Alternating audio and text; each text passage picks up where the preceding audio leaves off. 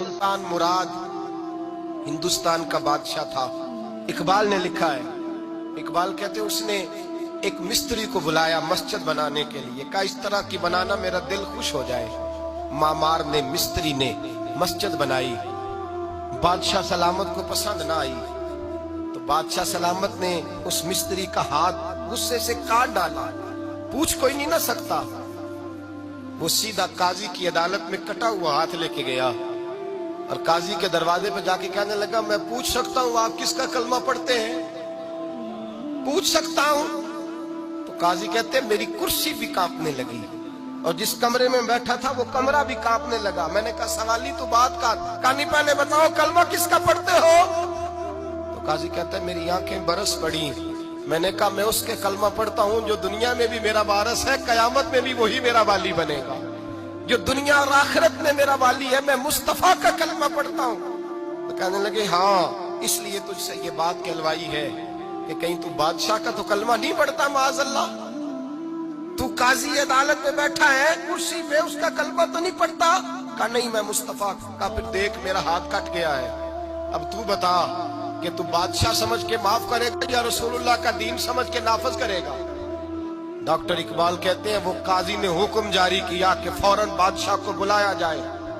हिंदुस्तान का फरमा रवा पैगाम गया तो कांपता हुआ आया। काजी ने सामने खड़ा किया, एक तरफ बादशाह और एक तरफ वो मामूली मामार मिस्त्री काम करने वाला।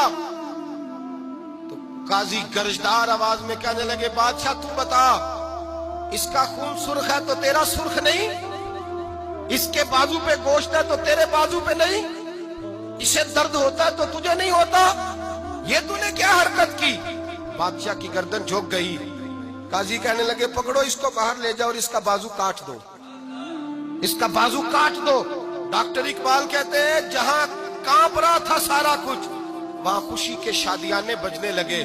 काजी कहने लगा इसका बाजू काटो और इसको बताओ अमीर गरीब का फर्क उतनी देर होता है जितनी देर बंदा मुसलमान नहीं होता, और जब कोई रसूलुल्लाह का गुलाम हो जाता है फिर सारे बराबर हो जाया करते हैं। ले जाओ काटो इसका बाजू।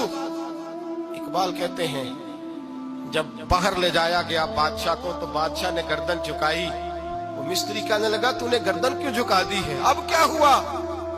तो बादशाह सुल्तान मुराद आंख खोल के कहने लगा भूल गया था, गलती हो गई थी, बादशाही के तकब्बुर में आया था।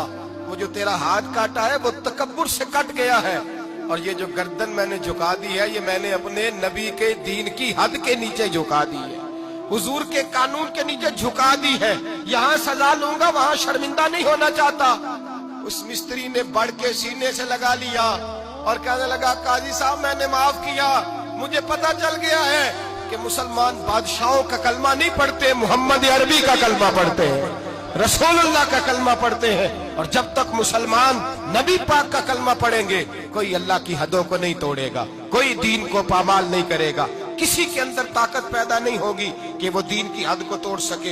हजरत जनाब सैयदना महमूद गज़नवी रहमतुल्लाह ताला अलैह बैठे हैं अपने दरबार में। एक गरीब औरत तड़पती रोती हुई आई, माँ बिलखती हुई आई और आगे कहने लगी बादशाह जरा मुझ गरीबनी की फरियाद भी सुन। बादशाह ने कहा जल्दी से बुलाओ, कहीं इसकी चीखें कोई जलजला बर्पा न कर दे। करीब आए, क्या बात है? कहने लगी कोई शाही खानदान का नौजवान है, मैं बेवा औरत हूँ, हिंदू मजहब से ताल्लुक रखती हूँ, मेरी 4 बेटियां हैं। कोई बादशाह, कोई शाही खानदान का नौजवान है, सिपाहियों समेत आता है, शराब के मटके लाता है, मेरे घर में घुसता है, मेरे पास और तो कोई शय नहीं, एक इज्जत ही है। जब वो जवान बेटी की तरफ देखता है तो मैं सोचती हूँ अब दुनिया में बचा क्या है। बादशाह मैं बड़ी मुश्किल से तुझ तक पहुंची हूँ, मैं अगरचे हिंदू हूँ पर मेरी फरियाद रसी कौन करेगा? सुल्तान महमूद गज़नवी कहने लगे तू जा, और मैंने अपने सारे सिपा सालारों को, सिपाहियों को हुक्म दे दिया है आइंदा जब तू आएगी तो तुझे रात के वक्त भी मेरा दरबार खुला मिलेगा। जैसे ही वो तेरे घर आए फौरन पहुंच जाना, आके इत्तला देना। रात का सन्नाटा, वो गरीबनी फिर तड़पती हुई चीखती हुई आई, बादशाह जरा जल्दी कर, गरीब की इज्जत लुट न जाए। गरीब की इज्जत लुट न जाए, जरा जल्दी निकल, देखना कोई सरमाया आज खत्म ना हो जाए। बादशाह खुद उठे, तलवार पकड़ी, घर में गए, दिया जल रहा था, दिया बुझाया। अब बादशाह ने अल्लाह अकबर कहा और शाह में जर्क बर्क नौजवान की गर्दन पर जब बादशाह ने तलवार मारी, लुढ़क करके गर्दन दूर गिरी। फिर हिंदुस्तान का फरमारवा सजदे में गिरा, कहने लगा ए अल्लाह तेरा शुक्र है, ए अल्लाह तेरा शुक्र है, ए अल्लाह तेरा शुक्र है। फिर बादशाह ने कहा पानी तो लाओ, दिया तो जलाओ। पानी लाया गया, कहा रोटी तो लाओ। खुश्क रोटी के चंद टुकड़े बादशाह ने खाए, 1 गिलास पानी का, 2 गिलास पानी के, 4 गिलास पानी, 2 जग बादशाह पानी के पी गया। और फिर रोता हुआ जब उठा तो बीबी कहने लगी बादशाह तेरा शुक्रिया, पर मुझे समझ नहीं आई इस रंग की, दिया क्यों बुझाया है, सजदा क्यों किया है, पानी क्यों मांगा है। तो बादशाह कहने लगा बीबी बस तेरा काम हो गया, तू छोड़। कहने लगी जरा बता तो सही, बता तो सही, तुझे वास्ता उस रसूल का जिसका तूने दीन नाफिज किया है और जिसके कहने पर तूने गरीबनी का काम, आज उसकी इज्जत को लुटने से बता तो सही। तो बादशाह कहने लगा एक की बहन है और ये जो तेरे घर आया था ये उसी एक बहन का बेटा है और इकलौता बेटा है। तहकीक की तो पता चला मेरा अपना भांजा ये जुल्म कर रहा है। मैंने कसम खाई थी कि जब तक तुझे इंसाफ नहीं मिलेगा ना रोटी खाऊंगा ना पानी पीऊंगा। आज 3 दिन से हल्क खुश्क है, इसलिए कि मुस्तफा का दीन नाफिज करना है, इसलिए कि हुदूदुल्लाह को कायम करना है। फरमाया आज जब मैंने दिया गुल किया, आज चराग बुझाया तो इसलिए कि जब भांजे को मारूं तो कहीं बहन की सूरत सामने ना आ जाए। ये इंसाफ है, ये बेइंसाफ होता है। ये वो इंसाफ है जो नहीं देखता कि सामने क्या है, इसकी आवाज नहीं होती, धड़कन नहीं होती, ये तलवार चलती है तो लिहाज नहीं करती, इसलिए दिया बुझाया था। और सजदा शुक्र इसलिए अदा किया है कि अल्लाह तेरा शुक्र है मैंने तेरे रसूल का दीन नाफिज कर दिया है।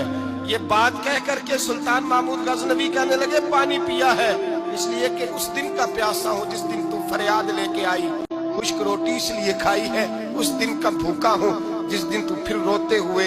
महमूद गजनवी ने पैर बाहर रखा, 4 बेटियां जवान, एक अम्मा दौड़ी हुई आई और कदमों में बैठी, कहने लगी महमूद मैंने नहीं देखा, मैंने नहीं देखा अबू बकर, मैंने कोई अबू बकर को तो देखा नहीं, उमर उस्मान अली को तो मैंने नहीं देखा, मैंने नहीं देखा।